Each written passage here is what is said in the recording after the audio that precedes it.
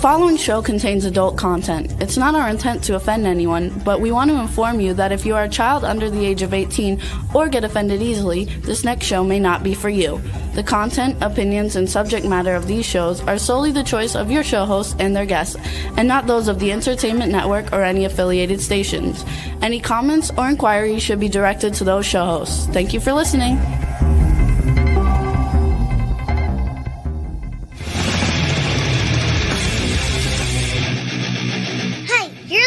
To the Adventure of Pipeman on W4CY Radio.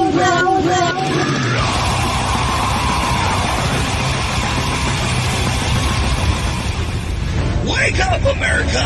It's time for the Adventures of Pipeman on W4CY.com, West Palm Beach's #1 internet radio station. Here's your host, the Pipeman. Yo! It's blizzard conditions here in South Florida. Oh, my God, it's terrible. And we'll talk about that a little bit because all of us are in Florida that are on the show today, so we can talk about it. I am in shock, just like the iguanas, okay? And that's why I'm literally in the studio right now. And look at this. I'm bundled up in the studio. That's pretty wild. And behind me there, you can't see him, but it's Groundhog Day. The Groundhog's out there, and he's saying, screw this crap. You guys deal with it, so I guess it was not good news for the Groundhog today, but let's see if it's good news for our pets today. And let's bring on Studio Nut and the pet health guru and the bird. We got to name the bird. Name the bird. Yes. What's the bird? There's a dozen of them. I mean, what can I say? How you doing? Oh, well, let me tell you how I'm doing. Okay. So I tell Juan before the weekend, I say, okay, make sure, don't forget, because like we're in South Florida, you wouldn't remember. Don't forget, put the heat on. Okay. And then I have a recording, actually, Bill, of what happened this weekend.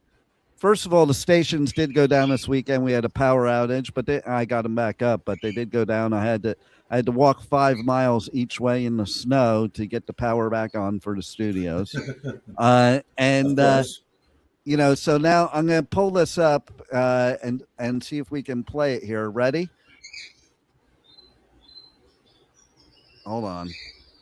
I turned the volume down so it wouldn't disturb the show. Now it's not playing. Jeez. It froze. It's frozen. It's frozen. Oh, my Lord, it's frozen. No, so by the way, yesterday at one point, it said on the weather app, feels like 12. 12. And I think that wasn't the lowest. I think the lowest feels like 9. Okay. And I was going on my walk for health yesterday, and it wasn't very healthy to take a walk yesterday because as I'm walking, I keep getting bonked in the head by these green things falling out of the sky. I think we're being attacked by the Martians. I think that's what it is. We were attacked by Martians. Everybody's trying to hide it by saying it's iguanas, okay? But that's really the truth of it. Because Martians are pretty invasive species. Just saying, okay? But yeah, it's no joke because, all right, so he did turn on the heat. Okay, we'll go back to that. He did turn on the heat. And then he texts me as I'm driving into his studio to bring a parka. Okay? And so apparently we have no heat in the studio. So we're doing today's broadcast from the West Palm Beach Igloo. So what about down by you? What about down by you? Because you're a little further south. Is it more sunny South Florida where you are? At this moment, it's a little bit sunnier, but it doesn't feel like the sun is penetrating through all the chemtrails and the garbage they got in the sky because it's not warming. Well, I remember when I lived up north. I mean, it could be the middle of January, 4 foot of snow, and you could go out in a t-shirt if the sun was shining because you got that radiant heat. There's no radiant heat. I don't know Listen, what's going on with that. listen, I was very smart on Saturday, and I'll tell you why. Because I was sitting there and I kept getting these notifications all Friday, all Saturday, and I was laughing at them because it's like, oh, there's a freeze coming. I'm like, okay, what is it gonna be like 70? But even so, yeah, it was this like panic of cold weather. I'm thinking to myself, if I was in New Jersey, I wouldn't even care that it was sending this to me. But I did listen to my inner voice, okay? And my inner voice told me to do my walk, because a lot of times I don't get my walk done until nighttime, sometimes midnight, because I get so busy, and then that's the only time I have. So, but I did go on the walk, and then like literally an hour after the walk, it went from like, I think it was like almost 70 degrees or 72 degrees to I look at my phone and it's like feels like 34. And then the wind, 45 miles per hour winds. I'm in a high rise on the 36th floor, man. It was scary. I'm telling you, here, I think I have it to where it can play now. Let's try. I can't. Why? Oh, maybe I can't hear it because I've. Oh, can you guys hear it? Not really. Why don't you? I played it for Juan earlier. Juan, why don't you describe what you heard that I was sitting on my sofa listening to? It sounds like a drone taking off. Let's put it this way, Bill. One of my kids, when I sent the video to her, she thought it was sirens because it kind of sounded like we were in like a nuclear holocaust, basically, and that was with the door closed. Yeah. I was also smart enough to bring my stuff in from the balcony. I saw one of the cushions fly off the chair, and I went out. I was in shorts, no socks, ran out on the balcony. I'm like, it's freaking cold. When did that happen? Okay. But I think it's times like this, when it gets this cold, that our pets are addicted. Is that To true? us. Well, they are to us. I mean, crawling into bed at night. This was definitely a two dog night, if not a 3 dog night, and I only got one. It was so cold. But yeah, did you I mean, cuddle up with the iguanas? Did you cuddle up with the iguanas? They're very cuddly. Nah, not at all. I know. Yeah, I know. I've been in the pet industry only for 60 years. I know how cuddly they are. Well, if you have an itch on your back, they'll and- gladly scratch it. Oh, yeah, exactly. It was interesting. I saw something this morning that, how you get these government reports on what's going on and all this. So somebody from the government said that it was most likely that the iguanas are falling out of the trees because of the icy cold weather. Might be. I don't know what the other choices would be. Well, the other choice, I'll tell you what the other choices are. The other choices are that Bill Gates is injecting them with a chip that makes them do that. The other choice is that Elon Musk brought them back from Mars. And then there's one more choice that somebody brought up in an interview just before this show. Are you ready for this one? Actually, he didn't bring it up. He brought up something and I brought, okay, so I think what's happening is we're trying to make South Florida, at least this area where we are because we're near Mar-a-Lago, we're trying to make everybody accustomed to Greenland. So with all the iguanas on the ground everywhere, we feel like we're in Greenland. There you go. We're softening the blow for the takeover. Absolutely.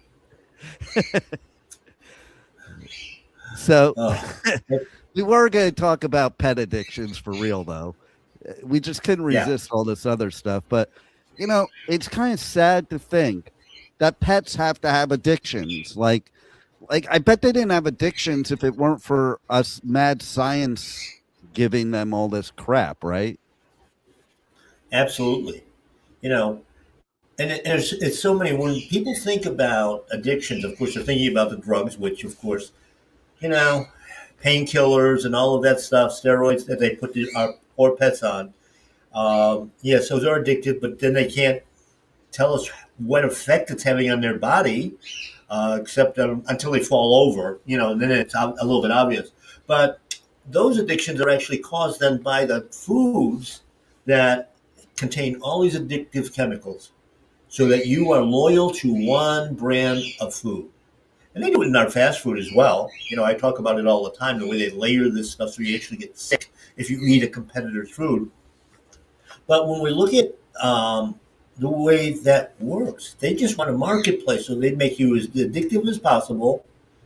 It makes you sick, as anybody that's had that kind of a problem knows. Your health you're in ill health. And again, our pets just can't talk to us in a normal, language that we will understand. And Because if they could, they would be saying, "WTF are you doing to me?" exactly. And actually, I think they do it to a certain degree, because what we're seeing in our pets today, compared to 50 years ago, 60 years ago when I started, we never had problems with aggressive dogs, psychotic dogs. They didn't have that. And that's, I think, partly because with all that addictive food, that's poor quality, they feel horrible, and they're basically lashing out at who's providing the food. Well, it's interesting too, because when we're talking about them getting aggressive, some people might be thinking, oh, well, that has nothing to do with food. But I'm going to give one example that's not food, but very interesting tidbit having to do with humans. There is a correlation between Budweiser beer and violence. Like there's literally something they put in Budweiser beer that makes people more aggressive. So if they're doing that, where else are they putting things that make animals aggressive? Well, that's true. I mean, when we had, going back in my history, at one point, I owned an animal hospital, and we were working with a group of one of the rescue groups with specialized in Yorkshire Terriers, little tiny dogs. And these dogs were all super aggressive at some point after when they're raised. It's usually in the 2 to 3 year range, where they would literally start going through a lot of anxiety and then start lashing out. Your dog, something, loud noise, fireworks, thunder, whatever. And they go, and all of a sudden they like freak out and go to what we call ground. They're hiding behind a sofa, a chair, under a table, whatever. And when the owners go, of course, your first response is you want to help them. So you reach behind there, and the teeth come out, the eyes would glaze over, and they would attack the owner. Literally attack them. And then 30 seconds later, 60 seconds later, they would kind of snap out of it, their tails wagging like nothing ever happened. But it's like, hey, mommy, and hey, daddy, why are you bleeding all over the house? They had no idea what it was. When we started doing the investigational studies that we did, we found out, first off, that was a type of seizure that they would go into. Now, where did that seizure come from? It came from mercury poisoning, which mercury, of course, is tied into most medications. It's tied into, as a heavy metal, into a lot of foods, but also in that nasty thing that we're not supposed to talk about, that they jab you with that needle. And when you look at what they do with these 4, 5, 6 pound Yorkies, they're giving them the same dose as a 200-pound Mastiff. I mean, it's like, and this is No wonder those medicine. No wonder those little dogs are always the ones that are so aggressive. Yeah.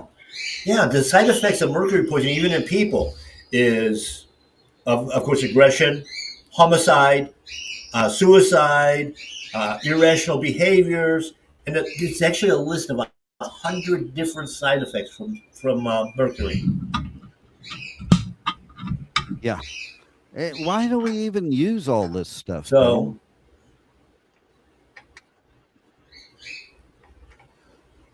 it's all about money. We know that big pharma is not looking for cures to any disease. They're looking at perpetuating customers because if anything cured it, why would you need it for life? Right. Exactly. Why You would you? know, I mean, I've seen several reports from whistleblowers and that oh yeah, we found this, we found that actually works, and it got wrapped up and put in the trash very Mm, quickly. yeah. And of course, you and I have known each other a long time. I've been doing cancer stuff for over 30 years, 35 years. And we literally, with changes in lifestyle, changes in foods and things of this nature, literally have watched tumors fall off of dogs Wow. and completely, the lumps and bumps just completely go away. And where they were given a diagnosis of, oh, you better put your dog to sleep because he's only going to live about 4 to 6 more weeks. We don't want him to suffer. And these dogs are running around 10 years later, just with that lifestyle change. But it's a lot of work to do that, as you know. I mean, you have to go into a so-called supermarket. I don't know. I would call it a chemical factory, but they call them supermarkets these days. And look at almost any package of food. Okay, you buy oatmeal. Why does it have 47 ingredients? If you buy bread, why does it have 30 ingredients? Sourdough bread. It takes 3 ingredients, 4 maybe if you want to flavor it. What's all this stuff about? Yeah, that is true because And if those you are look at like addictive. if you look at the normal like dog food, it'll say like beef flavored or chicken flavored, but does it actually have any chicken or beef in it?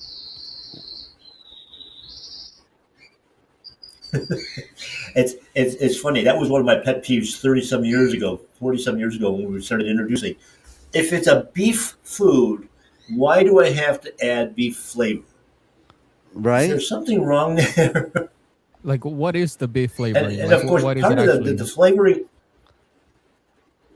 Oh, those are chemicals. Actually, when I started in the business 60 years ago, Purina. I don't like to mention names normally, but they touted themselves as the biggest researcher in animal health. Well, the truth of the matter was they were spending more money in research than all the other companies, yes. However, they were doing research in palatants, flavors, to get an animal to eat something that's not supposed to. Mm. And of course, why do you think Nestle's bought Purina? Because they wanted the flavors for all the stuff that they sell to us, for us to eat. Mm. And it's because of all, you add a preservative to any food. If it's not natural, you got a chemical taste. I love And, that we have to disguise that. I love that Nestle's has a brand of water. Yeah. Yeah. Oh, you mean the one that they pump directly out of Lake Michigan for like $50 a year and make millions and millions on? Yeah, that one. Yeah. Yeah, I think the state of Michigan charges them like $100 a year for their pumping permit. And it's like, multiple 12-inch water lines pumping water through 24/7 and putting it into very, very toxic, cheap bottles, shipping it across all around the country in the hot sun during the summer months, where all that BPA and phthalates and plasticizers all like leach into it and give it that extra bang for your buck, if you will. It and That gives you that it's extra almost water 100. flavor. Yeah, exactly. A bottle that's sells for what's for $1, buck and a half, and it costs them probably 2 cents to package and pump. and that's what was great about today, because when I got in my vehicle to come to his studio and I looked down and saw a bottle of water, I'm like, okay, that doesn't have it. Ain't toxins now because it's too cold. Yes, it's not sitting in the sun. You're right. And I have always said like, there's something wrong with our food when they start adding colors as an ingredient, like yellow 5, red 6, and all that other nonsense. Well, the more interesting part of that is they do it to feed color blind dogs. Oh man, that's great stuff right there. Why do we have to have 4 color foods for dogs that can't see color? I want to know why when you look at foods, I just saw some yesterday, it says pure whatever it is. And then you look at the label and it's a lot of other things. So how is it pure if it's all Yeah. these other things? It's there's so many flaws and so many workarounds and so many payoffs on the labeling laws that it's crazy. I mean, I did a show on Pet Health Cafe about a month, 2 months ago on the labeling law, and we're talking about the grass finished, pasture finished beef that has a list of at least 30 feed additives that can be fed to them without labeling it, and actually mislabeling it on top of that. It's Hey, nuts. Juan, do you like hot dogs? Not really. Okay, I because know how the hot dogs are made. So yeah, there's a certain amount of rat turd that is allowed by law by the Food and Drug Administration. There's a certain amount of sawdust that's allowed. Of course, that gives the filler, and Yep. and a whole mess of other things. well, that's also true for chocolate. If you haven't like looked into that, there's a certain percentage amount of rats and bugs that you can put into it, depending on like what the machine picks up. Yeah, but those Yeah. are protein. Yep. And yeah, I know there's actually in the statute there's like for Heinz ketchup, there's a certain amount of insect legs that can be in your Heinz ketchup. Just the legs, no If it bodies, exceeds or it, no, just legs. They just allow for legs. Yeah, well, the It's legs not. are where all the proteins at. Yeah, that's it's where like a the flavoring drumstick. comes from. Oh no, some of the things in the labeling laws are just atrocious, and it's just workarounds that they actually do so that big corporations can sell us garbage, and that are also tied. The chairman of the board or the board members of a big food company are also sitting on the board of the chemical company, and so you have a position on the pharmaceutical company. It's all the same people, you know, and they're directing what we put into the body, our dog's body, cat's body, and it's a system designed to keep us as customers, clients, not healthy. It's a sad day when cat poop is more nutritious than the food that they're being given. Exactly, that is actually true. But the cats do have to be fed real food, like we do at my Paleo Pet, and BioComplete, because we're using real foods there. We're not doing a chemical mix.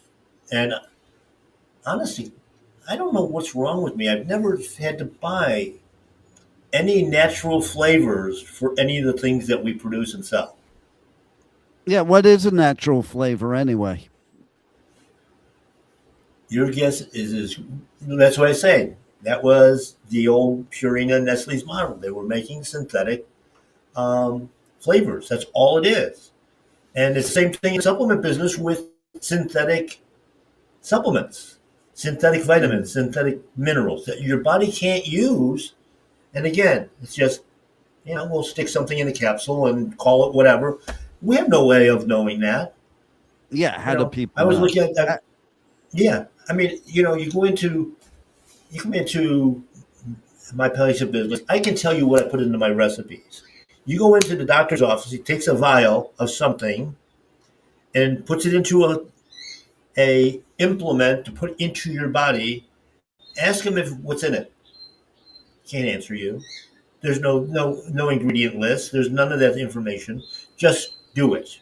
Compliance. And then you have to go back because of the side effects. Gotta make sure those dogs and cats and keep in line. That's right. Now, there That's was this right. one time I saw something that was labeled natural, but underneath it in small print said with added minerals. What does that mean? It means that they've all been stripped out or they didn't have them in the first place. That's part of the How can it be issue. Our natural bot, if it doesn't have any minerals? Because it's natural before they put well, the minerals in it. well, it's true. It's like there's a advertisement for a garlic product that's on the market, and the disclaimer in the product, and it contains like 20 or 30 different ingredients. And it's labeled as organic, but they do a disclaimer at the end that says only the garlic is organic that they use in the product. Wow. The rest of it, I found See, that to be interesting. Well, that's why I we mean, need there's we need to just get all our food and all our pets' foods from the Orthodox rabbis, because at least we'll know what's going in it. pretty much. Well, you have to remember they were the original doctors, medical people were the rabbis, and that's who were the healers. They were the teachers and the healers, Yeah. and of course, the definition of doctor is an educator, a teacher, but none of them teach anything anymore. So there was this one time, and this was like years ago. I went to the doctor and I told him my symptoms, and he was on his laptop, and the person that I went with was on the other side of him, and like they told me that, oh yeah, he was googling your symptoms. Wow. Yeah, yeah. When we had the animal hospital, of course, the industry basically provided us with a software package so that we could do everything. Well, not only did you take, uh, vet tech comes in and she's got a list of questions, 20 or 30 questions, and they just check the boxes, and then they go in the back, and you don't see a doctor for another 30 minutes or so. And what they're doing is they're putting in those into the computer system, and it spits out the types of tests they want to do, the types of drugs and treatments and foods, all of that. But the second part of that is they click another button and it brings up your financials. And then it's tied directly into what they call these care cards, which is the insurance cards, to tell you how much we can give you to spend on a credit card. And your workup then always seems to meet exactly what the credit limit is. That's interesting. Yeah. I mean, I've had clients that live on Miracle Mile in Palm Beach, and yet one that lives in the lower, middle class area, same procedure, two different prices. Wow. So, You know, Bill, how can people reach out to you, get real information, truthful information, and help for their pets? well, I'm all over the place in what we do. Pet Health Cafe, we're pushing a lot of people to that, so I don't have to repeat myself 10,000 times a day. There's a ton of information on Pet Health Cafe. We're in our 18th season with that. Of course, a lot of you will have to go back to iHeartRadio in the old days, but we've been doing several years now of video, so there's all that information. And information also is, of course, on a host of different, stations in our group here. Of course, you can also go to mypaleopet.com or mypaleopet, the store, the location. I work out of there. I do consultations and educational classes. Occasionally, you'll find me out on the road giving presentations and doing talks. People can book me for that as well. And we just, we're all over the place as far as education is concerned. And there's so many new technologies we're looking at. We're looking at food. But again, we have trouble even sourcing clean food. So that's important that you know where the sources of your food come. That's when we have our basically farm to table in My Paleo Pet. Great meats, poultry, raw milk products, for yourself, a ton of different herbs and botanicals, which are our mineral supply, basically. And, on the Pet Health Cafe, I do have a plethora of different hosts, different guests coming on. I'm going to have Morley Robbins on again this week, who is a mineral specialist, talking about copper and magnesium and all the stuff and where we source it and how it runs our life. And it's going to be an extraordinary show. He's been on 5 or 6 times now, and an amazing amount of research that he does and brings it forward. So we're looking forward to that this week. And of course, staying warm. That's another important thing that we have to On do. that note, by the way, I want to know why. Maybe you can explain, Pet Health Guru, but it's not pet, so maybe not. Why the cold weather turns Juan into a Teletubby? I think it has to do with some of the nature of the blood when you're down here in normal warm weather or warmer weather. I was joking around. We do therapy with a patch therapy that uses the body's own light. And I said this morning to somebody, I said, we need to come up with one. They have one for pain. It's called Ice Wave. But this one we're going to have to name Heat Wave so we can put a patch on and it'll warm our bodies in this weather.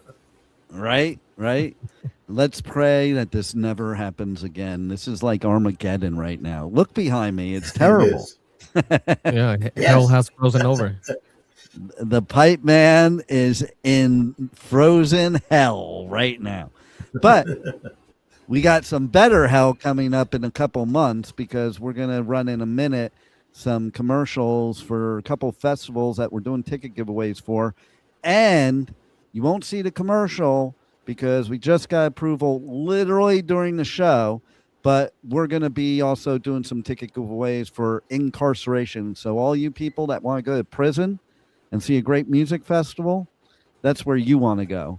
And it's Shawshank Prison. So who doesn't want to go to Shawshank Prison? Come on, I just want to say that it has been a brutal winter. Last week I was saying it was brutal because I had wear pants one day, and then God smote me and decided to give us this weather for saying that, and now I have to look at a Teletubby all day. So I don't know. We got some more interviews right before this show. We did an interview that will be coming out live and on the podcast with John Karabi, who is a rock legend, and he's got some new killer music. One of the newest single is When I Was Young. I feel myself saying that every hour of the day. It used to be I used to tell stories to people. Now I have to preface all those stories with When I Was Young. How about you, Bill?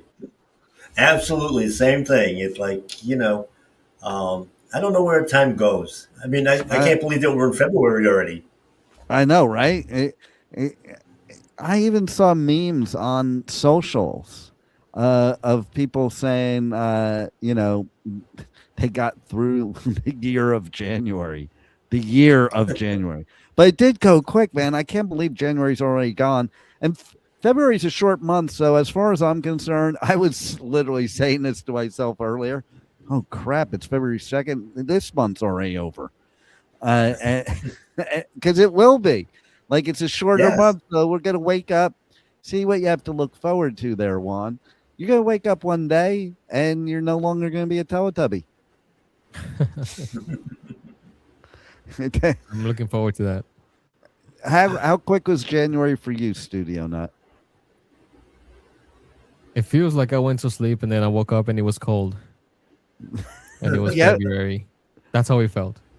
This kind of reminds me when I first got married, and I was living in Florida and I couldn't stand being here. So I moved my then wife up to New Jersey with our kids.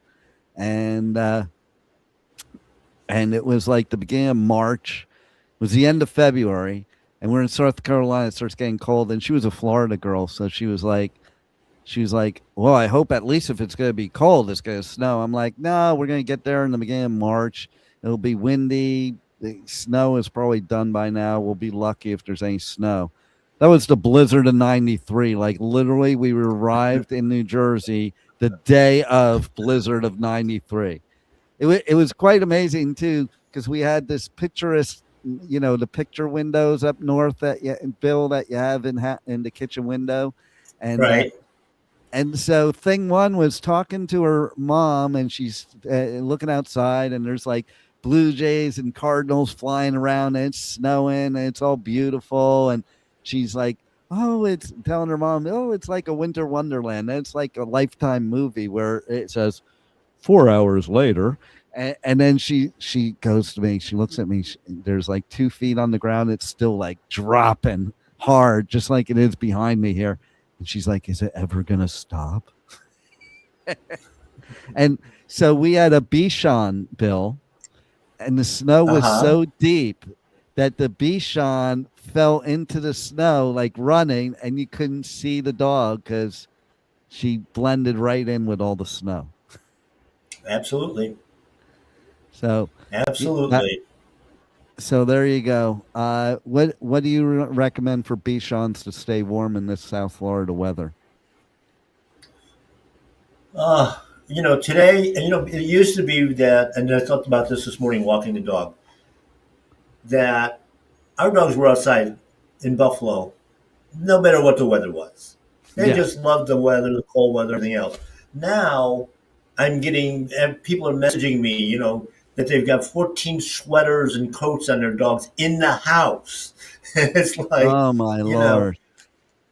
And it's, I went through that whole cycle in the beginning of my career where doggy clothing just started to come in. And some people are, they're a little bit extreme on that stuff. My mother was a bit extreme on that. The booties, the sweaters, all that stuff. Yep. Not my dog. My dog never had any of those. There's my childhood trauma coming out. You're not going to have any sweaters or any booties or anything like that. But we are going to have a music festival in Columbus, Ohio, and right here at the Daytona International Speedway. I love doing that festival because when I have to go to the press area, I have to drive on the Daytona Speedway. It's so cool. And so like maybe one of you will get to drive on the Daytona Speedway if you win tickets. Just go to Pipeman Radio on all socials and enter to win tickets to these festivals. Roll it, Juan. Oh, wait, Juan. Wait. I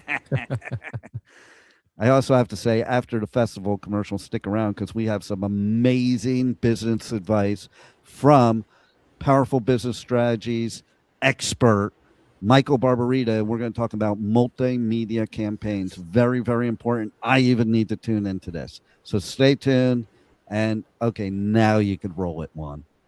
The Sonic Temple Art and Music Festival returns May 14th through 17th with My Chemical Romance, Tool,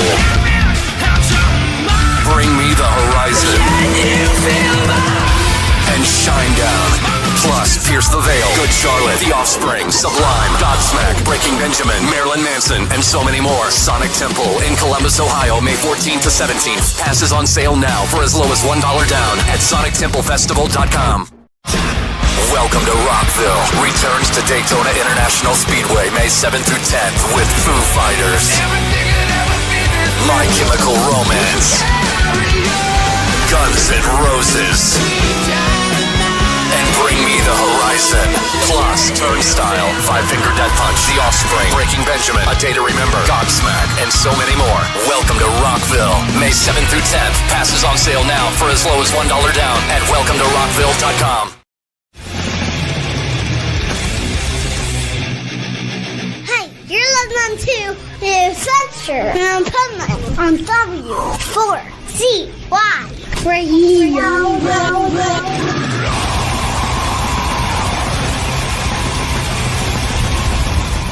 This is the Pipeman here on the Adventures of Pipeman W4CY Radio, again with the Positively Pipeman segment and our special part of the show where we give you some powerful business strategies from our amazing guru of business from Next Step CFO, Michael Barbarita. How are you?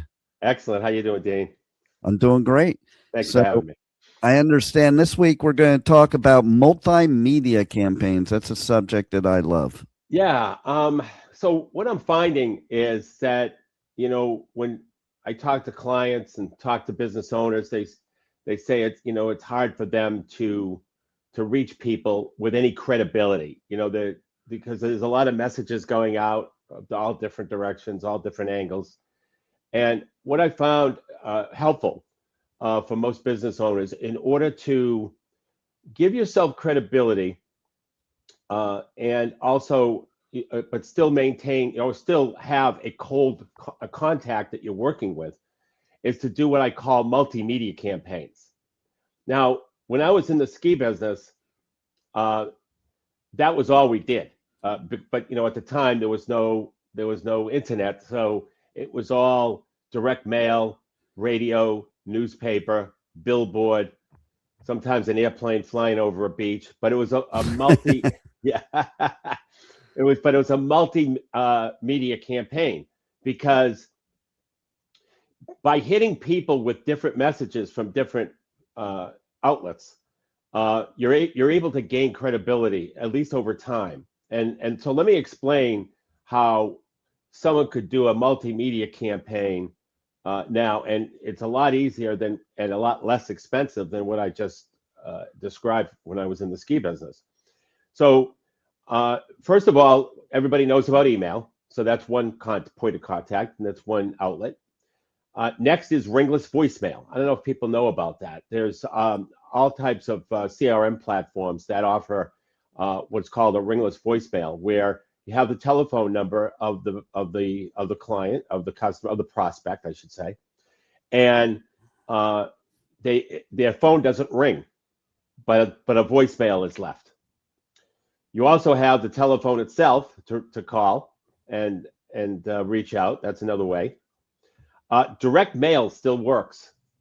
I know, contrary to popular belief, direct mail also adds to the credibility, because you're not just spamming, as some people would perceive it. You could also text them, and you can also send them a LinkedIn message. So by utilizing all those points of attack, all those different outlets, you gain credibility with the prospect. It's not, because what you're doing is you're not just slamming them once or twice, or just with one outlet like email, which is considered a lazy person's way of connecting. You're actually connecting them from all different angles, and it builds your credibility as well as your credibility as to what you do, because you really have an intense interest in meeting this person and talking to this person. Now, I have a question. You were talking about, and we've talked about it before, the ringless voicemail. Right. What does your research show of how people are reacting to that? Because part of me says, wow, that's a great idea, because it's the phone calls that are annoying, and I can choose to listen to the voicemail, but the phone calls are annoying.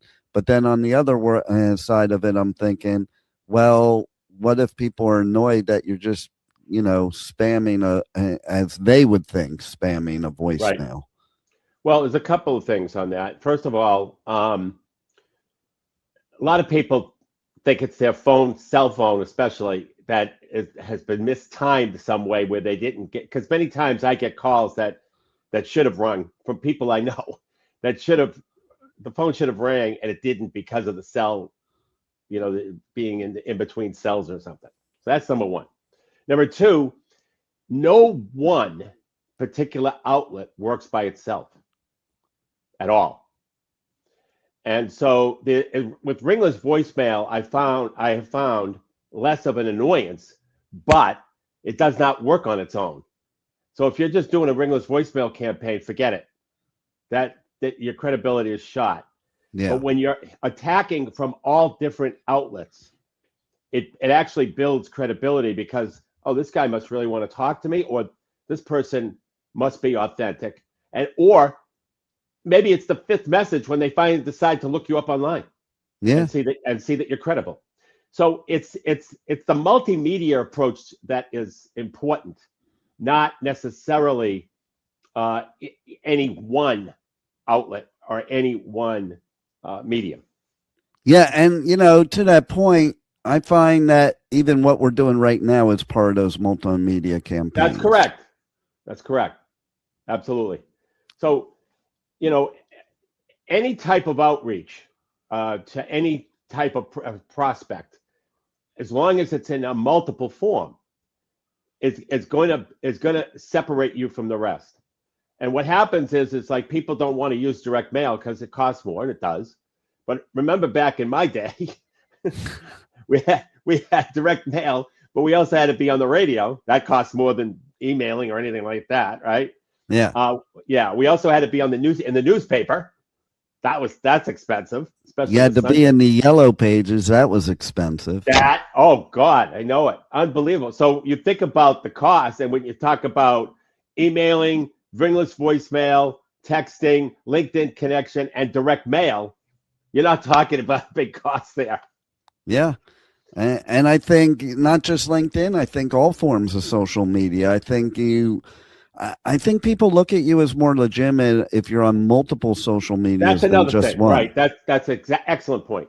Excellent point, T. Yeah, that's right. If you're on multiple social medias and direct messaging from multiple social medias, absolutely, that's another credibility factor, because it shows you're working at it, and it shows that you're not some type of scammer, because eventually you're going to be looked up and shown that you're credible, as long as you are.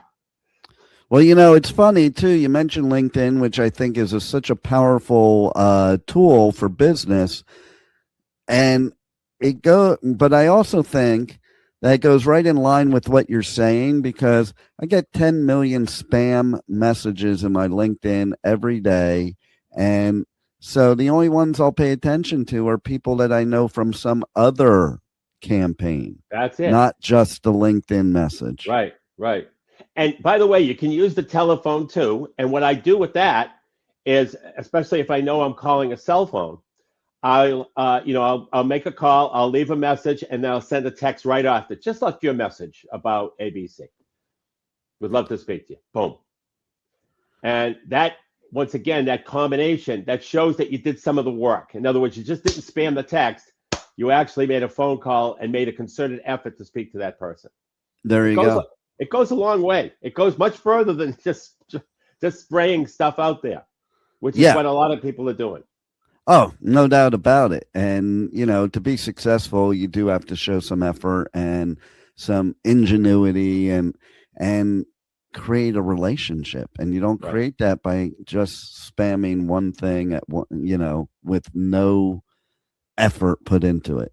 And when you think about it too, Dean, if your effort is targeted, really targeted, I'm only talking about sending out 100 direct mail pieces, and then focusing on that 100 people and hitting them from all angles. I'm not talking about grabbing 3,000 and once again spraying it out there. You can't do it. Yeah. But if maybe 50 to 100 direct mail postcards or pieces, as well as the phone calls, the ringless voicemails, the texting, the LinkedIn messages, they all add up to credibility. Absolutely. So, any other bits of advice you could give people about multimedia campaigns, and then how do they reach out to you to get even more help in this arena? Right. So I just want to reiterate that it just helps going over the noise that's out there, and most people are going to take that inexpensive, cheap route of slamming, and this is a way where it's still inexpensive, but it's you're showing that you're providing more effort, that you really want to speak to somebody. And so the ways to reach me is go to my website, nextstepcfo.net. I love to do book interviews because business is always changing, and that we wrote our book about a little over a year ago, and we're constantly updating it with new information. And the way the book interview works, it's at 60 minutes on Zoom. I present strategies from my book, and then I ask you if that strategy were implemented in your industry, if it would be effective. And then and you comment it, and I comment on that, and I document it for the book. And that's nice. It. Yep. Nice. I love it. And yes, and the person who's being interviewed loves it because they learn about new strategies that they didn't know before that their competition isn't doing. Well, you are a wealth of information. People definitely need to reach out to you and check out everything that you do. Even if this subject doesn't pertain to them, you have some definite, powerful business strategies. So thank you once again, Michael Barbarita from Next Step CFO. We look forward to talking to you next week where we're just going to ask. Look forward to it. Thank you, Dean. Thank you for listening to the Adventures of Pipeman on W4CY Radio.